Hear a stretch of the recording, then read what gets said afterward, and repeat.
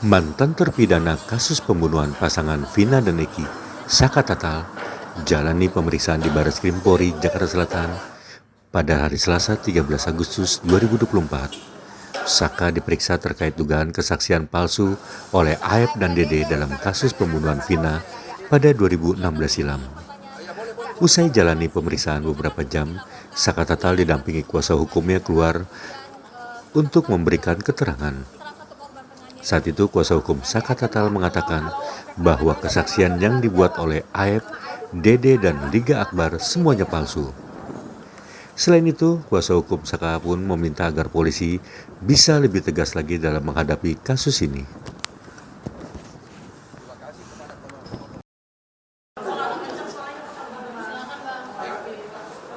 Ada 32 pertanyaan. Yang paling penting pertanyaannya adalah satu, apakah benar Saka mengetahui kejadian itu? Dia tidak tahu. Yang kedua, apakah benar keterangan Dede dan Aep yang menyatakan dia melihat buru-buruan untuk melempar dan kemudian menuduh Saka Tatal dan 7 orang terpidana itu? Saka mengatakan tidak benar. Keterangan Aep dan Dede bohong. Nah, sehingga dengan demikian ketujuh orang yang dihukum sekarang dan dia sudah menjalani juga tidak ada yang benar. Nah, selanjutnya Ibu Tintu yang jelaskan, silakan. Jadi kan keterangan Dede dan Aep itu hanya ada di dalam BAP yang menyatakan seolah-olah pada tanggal 27 Agustus 2016 Dede dan Aep itu mengetahui adanya kejar-kejaran korban Vina dan Eki dikejar oleh rombongan yang sekarang menjadi terpidana. Dinyatakan oleh Saka dalam pemeriksaan tadi tidak pernah tahu masalah itu. Karena apa? Saka punya alibi sendiri di tanggal 27 Agustus 2016 itu dia ada di rumah temannya, di rumah pamannya di Sadikun, kemudian ke rumah neneknya, kemudian ke bengkel pada malam hari.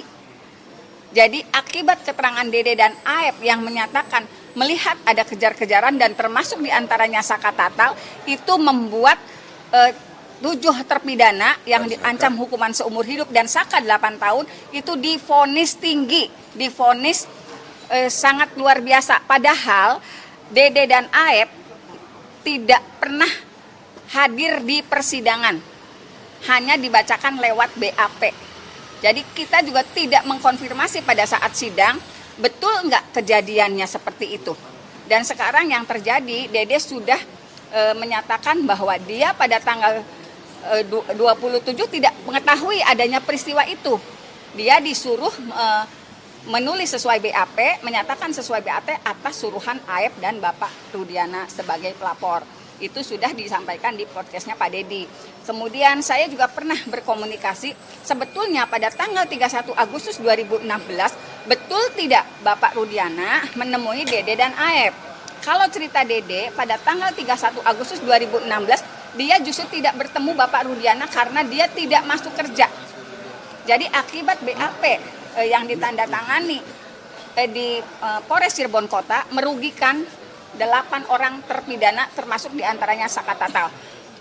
Gitu. Jadi Saka Tatal punya alibi sendiri di tanggal kematiannya Eki dan Vina gitu ya Pak ya. Terus pada malam hari kejadian ketika si Saka keluar dari rumah pamannya dan kemudian ke rumah neneknya, kemudian menuju ke bengkel, jarak pandang cuma 10 meter karena dalam keadaan gerimis. Jadi lewat dari 10 meter tidak kelihatan manusia. Kalau di gang itu. Dan tempat kejadian yang di flyover itu, dia tidak melewati tempat itu karena dia mengira ada razia karena banyak polisi dan yang membonceng dia tidak menggunakan helm, tidak punya SIM, sehingga dia tidak melewati tempat yang di flyover katanya ada kecelakaan. Itu yang tadi yang baru, kejadian baru. Selanjutnya kalau mengenai Rudiana, Pak Yasim yang jelaskan. Ya, silakan. Jadi tadi yang disampaikan oleh Saka Tatal di dalam BAP tadi, keterangan Aep, keterangan Liga Akbar, keterangan Dede, semua adalah keterangan palsu. Ya, dan ini sangat merugikan Saka Tatal. Keterangan Dede, keterangan si Aep itu adalah keterangan palsu, dan itu sudah dikonfirmasi oleh Dede dan Liga Akbar bahwa mengakui keterangannya dia adalah keterangan palsu. Kemudian BAP-nya ada, tetapi BAP itu adalah BAP abal-abal yang dibuat oleh Rudiana.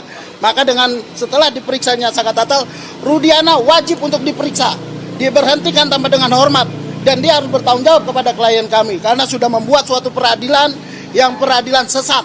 Ya, jadi hari ini setelah Saka Tatal diperiksa, kita minta supaya Kapolri lebih tegas lagi, Kadipropam lebih tegas lagi, Kabid Propam Jawa Barat juga harus lebih tegas lagi terhadap ulahnya orang yang bernama Rudiana dan para begundal-begundalnya yang memeriksa Saka Tatal dan 7 orang terpidana yang saat ini sedang mendekam di penjara.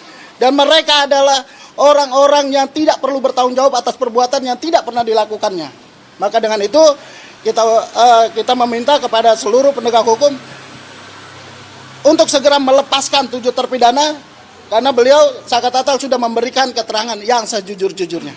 Gitu ya. Dan PK Saka Tatal diterima. Insya Allah diterima. Dan wajib untuk diterima. Karena tidak ada alasan tidak diterima. Saka Tatal sudah mengatakan, Dan sudah sumpah pocong. sudah mengatakan sebenarnya. Aep wajib untuk masuk penjara. Kemudian Dede sudah menyatakan bahwa keterangannya palsu.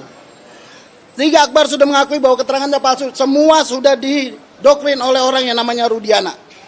Dan para penyidik-penyidik tahun 2016 wajib untuk diberhentikan karena ini sudah menyangkut tentang pri kemanusiaan.